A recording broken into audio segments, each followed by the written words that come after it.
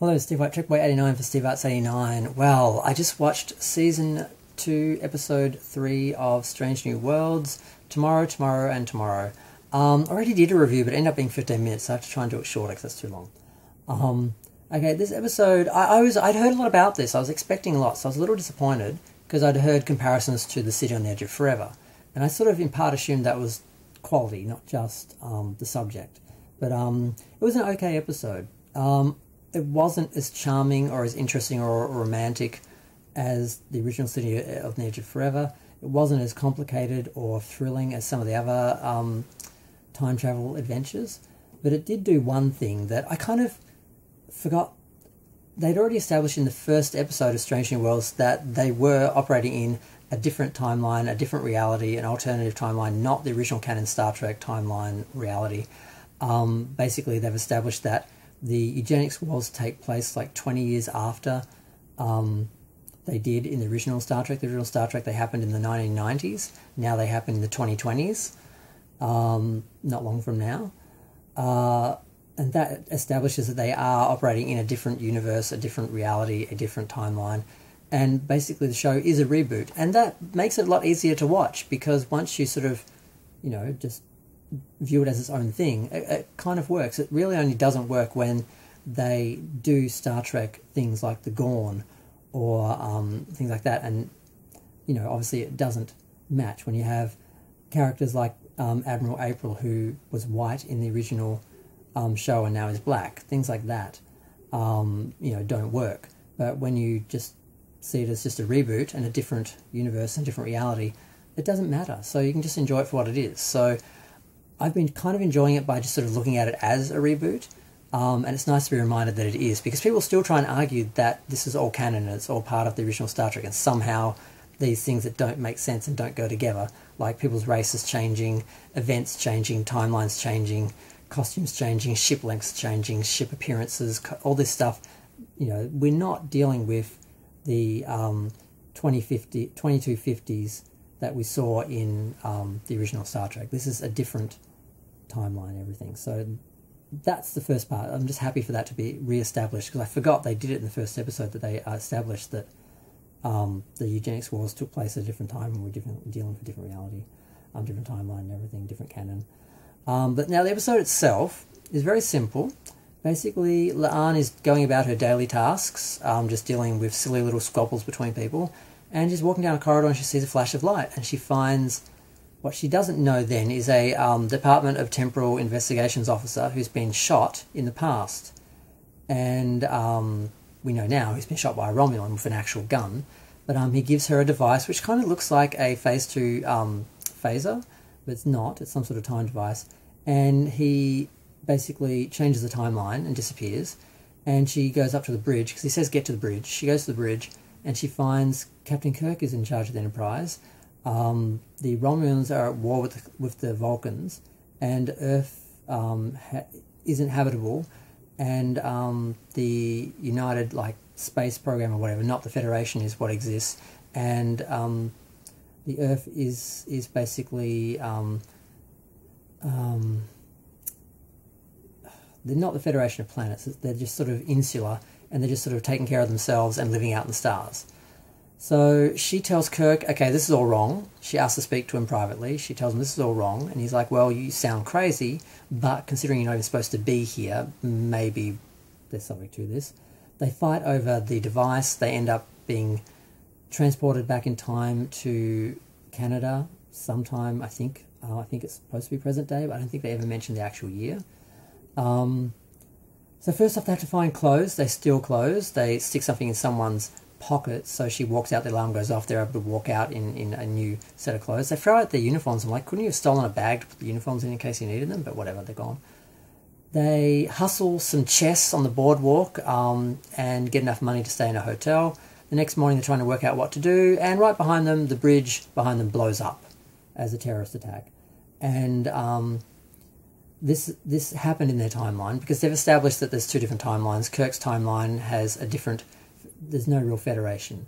And of course, in La'an's one that's now been destroyed, there was a Federation, and it was a beautiful utopia, and she needs to restore it. He agrees he'd rather live in her timeline with his brother who's dead in his timeline, and they try and work out how to fix it. So basically what happens is someone blows up a cold reactor, and that's, in Kirk's timeline, that is what starts the war with the Romulans. Basically they attack the Earth back in the past and so forth, and they changed the future, and things didn't evolve as they were supposed to. Now, they have to find this, and they do that by, they go to see Plea, because she lives in that time, but she's not an engineer at that time, but she does give them a watch which glows when it's near one of the byproducts of the device, the fusion device. They find it, they go in. La'an actually is able to get in using her hand, because apparently it's set to allow augments to get in, her ancestors. And then they find this alien sort of conspiracy theorist they bumped into earlier, who sort of helped them out with the police.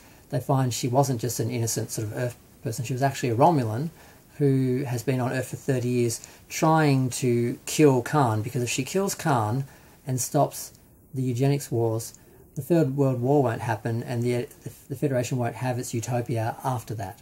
So they fight. Kirk actually bluffs her, and she shoots him. He dies.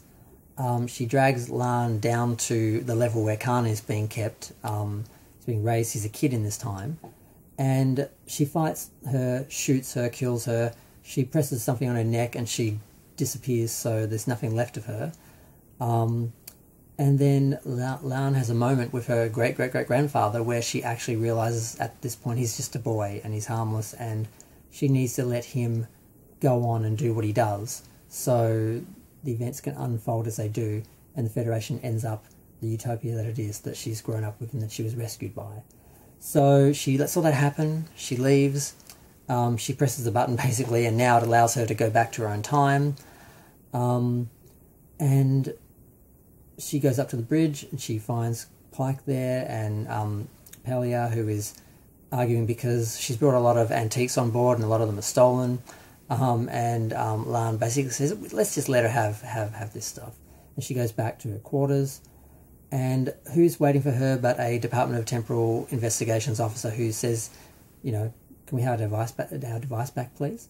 And she's like, you put me through all that. She said, sorry, it wasn't meant to happen. Thank you for finishing our officer's mission, but you weren't supposed to see any of that. You can't tell anyone. You have to protect this secret. So she agrees to do that.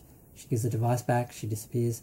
She sits down. She calls Kirk in that timeline. He's on some other ship. And she asks him some questions about Sam to pretend like it's for his profile. And they have a little chat, and she basically says bye. And then she breaks into tears. And it's a moment we really need, because it actually shows she's a human being. I was really shocked that she actually has feelings. And because the whole time she's just cold and just unhuman, unemotional and inhuman. And it actually sort of humanised her. She really needed that moment. And also we had a very subtle earthquake in the quiet moment when she was talking to the temporal officer. It was really weird. It was like right when she said something, it was like the earth like shook literally. But yeah, so that was the episode. The thing I loved the most about it is it reestablishes that this is a different timeline, a different universe, different canon. It's not canon Star Trek. I forgot they did that in the first episode with a reference to the eugenics wars, but they really drove it home by actually showing a child Khan when he should already be an adult and have already, you know, all that stuff should have happened. Putting it in the future, it just causes the same problem in three or 4 years when that doesn't happen. But maybe his reign can be a bit more subtle and we can explain it away by fake news and so forth today. I don't know. But yeah, so overall it was a good episode, but I mean the interaction between the two characters wasn't as funny as it could have been. It wasn't as heartwarming or romantic as the original City on the Edge of Forever. There is a moment where they kiss. I thought, oh my god, are they going to have Kirk, you know, do Khan's great-great-granddaughter? But it didn't actually happen. Yeah, it was interesting. It was fun to see them running around current day Canada, which of course was where they were shooting, so they couldn't disguise as anything else. But I don't know, it was nice to see them in their uniforms in the middle of the city and stuff like that. But they got rid of them too quick. They could have had a bit more fun with the fish out of water thing. They did a little bit of it, but not a lot.